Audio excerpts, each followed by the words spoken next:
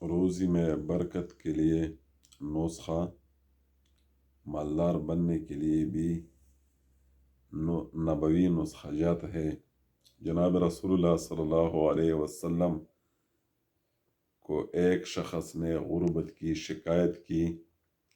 جواب میں حضور صلی اللہ علیہ وسلم نے فرمایا کہ تو جب کمرے میں داخل ہوا کرے تو یہ دعا پڑھو: السلام علیک ایہا النبی ورحمۃ اللہ وبرکاتہ، السلام علینا وعلی عباد اللہ الصالحین۔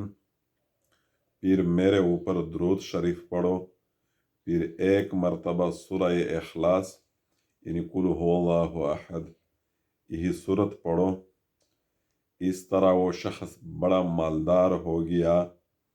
باقاعدہ طبرانی کی حوالہ دیا ہے۔ طبرانی وہ شخصیت ہے جس نے 1000 اساتذہ سے احادیث کی علم حاصل کیا ہے۔ صرف احادیث کی مد میں 3 بڑی بڑی کتابیں لکھی ہے: معجم الکبیر، معجم الاوسط، معجم الصغیر۔ بعض علماء نے لکھا ہے کہ 3 لاکھ سے زائد احادیث انہوں نے لکھی ہے اور علم کی میدان میں لائے ہیں۔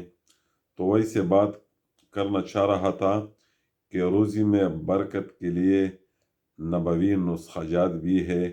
جو تنگ دست لوگ ہیں وہ